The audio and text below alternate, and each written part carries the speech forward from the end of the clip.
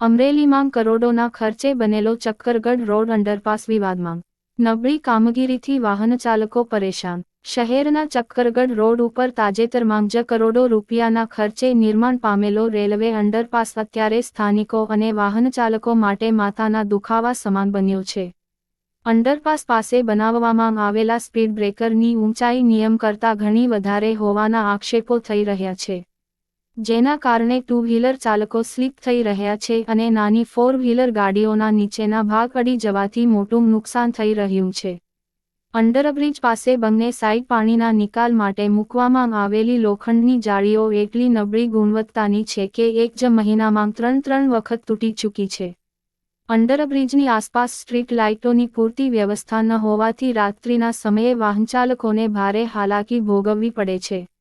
અંધારાના કારણે speed breaker દેખાતા નથી, જે ગંભીર અકસ્માતનું કારણ બની શકે છે. સ્પીડ બ્રેકર એટલા ઊંચા છે કે ગાડીઓ પછડાય છે અને લાઇટો વગર રાત્રે નીકળવું જોખમી બન્યું છે.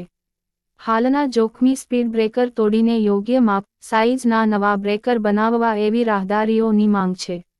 તંત્ર દ્વારા આ દિશામાં વહેલી તકે પગલાં લેવામાં આવે તેવી ચક્કરગઢ રોડના રહીશો અને વાહનચાલકોમાં પ્રબળ માંગ ઉઠી છે. જો આ સમસ્યાનું નિરાકરણ નહીં આવે તો સ્થાનિકો દ્વારા આંદોલન કરવાની પણ ચીમકી ઉચ્ચારવામાં આવી છે.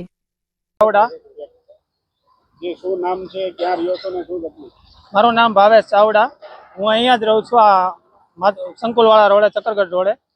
અહીંયા ગરનાળા બનાવેલો તો પછી અહીં ગટર પાણીની કાઢેલ છે, જેના પાઇપ વારંવાર તૂટી જાય છે. એક બે વાર તો બદલાવેલ છે, પણ છતાં અત્યારે એની હાલત છે. બરોબર. અને બમ્પ એટલા ઊંચા કરેલા છે કે ફોર વ્હીલ વાળાને નીચેથી અડી જાય છે અને ભટકાય છે અને નુકસાની થાય છે. અને અત્યારે બાળાઓ નીકળતી હોય, ભણવા જતી હોય, એ બધી અહીં સાયકલો હાંકતી હોય ને ધડાધડી અવાજ આવે છે. બીકની મારે ગાડી એની હાથમાંથી વધારે લીવર દેવાઈ જાય અથવા પડી જાય છે. એવી દુર્ઘટનાઓ થાય છે. તો અમે સરકારને એ પ્રાર્થના કરીએ છીએ. એનો આજે મહિનો દોઢ મહિનો ચાલુ થયો છે. એમાં તો ત્રીજી વાર પાઇપ બદલાવી નાખ્યા છે. બરોબર છે. અને અહીં ક્યાંય સ્ટ્રીટ લાઇટની વ્યવસ્થા નથી. રાતે અહીંયા નીકળીએ તો નકરું અંધારું હોય, તો એકલી બેનું દીકરીઓને નીકળવું પડે તો ડર જેવું મહેસૂસ કરે છે અને આવતી નથી. અમારે એને લેવા તેડવા આવવું પડે છે. એકલીઓ નીકળી નથી શકતી. અમારી માંગ એ જ છે કે અહીંયા જે લાઇટોની વ્યવસ્થા કરી દે, કારણ કે આ રોડ મેઇન રોડ છે. અહીં હજારો માણસો નીકળે છે આખો દિવસમાં.